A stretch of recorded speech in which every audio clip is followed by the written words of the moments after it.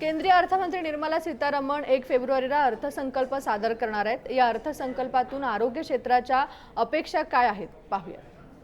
हे पाहिलं पाहिजे की आपण सरकार म्हणून दर डोई आरोग्यावर किती खर्च करतो आहोत। आपली अपेक्षा आहे की किमान 2300 रुपये आपण दरडोई खर्च केले पाहिजेत आणि मागचा जो अर्थसंकल्प आहे त्याच्यामध्ये आपण दरडोई जो खर्च केलेला आहे तो 690च्या आसपास आहे। याच्यावरून आपल्याला कळेल की किती कमी प्रमाणामध्ये आपण आरोग्याकरता बजेट देतो आहोत।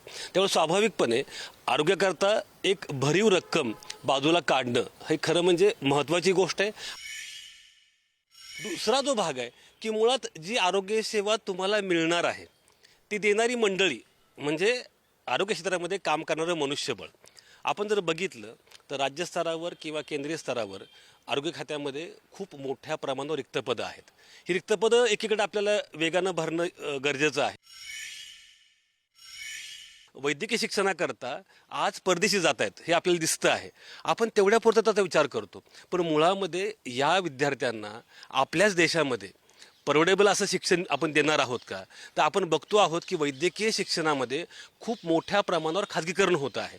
खाजगी वैद्यकीय महाविद्यालय वाढत आहेत, त्याच्यामुळे स्वाभाविकचपणे सर्वसामान्य माणसाच्या कक्षेच्या पलीकडे ते गेलेलं आहे आणि त्यातून आपल्याला जे आवश्यक मनुष्यबळ आहे ते तयार होत नाही आहे आणि त्याच्यामुळे वैद्यकीय शिक्षण हे शासकीय स्वरूपाचं आणि सर्वसामान्य माणसाच्या खिशाला पडलं असं कसं देता येईल याचाही विचार आपल्याला करावा लागेल।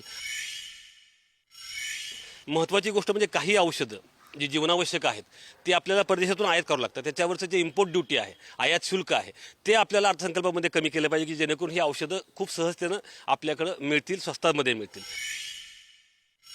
आपल्याकरता जे योग्य मॉडेल आहे ते आहे इंग्लंडचं नॅशनल हेल्थ सर्व्हिसचं मॉडेल। म्हणजे सर्वसामान्य माणसाला सर्वसाधारणपणे सर्व आरोग्यसेवा मोफत आणि काही आरोग्यसेवा स्वस्ताच्या दरामध्ये उपलब्ध करून देणं हे मॉडेल हे आपल्याला अत्यंत आवश्यक आहे आणि म्हणून त्या मॉडेलच्या अनुषंगानं आपण काम करणं गरजेचं आहे।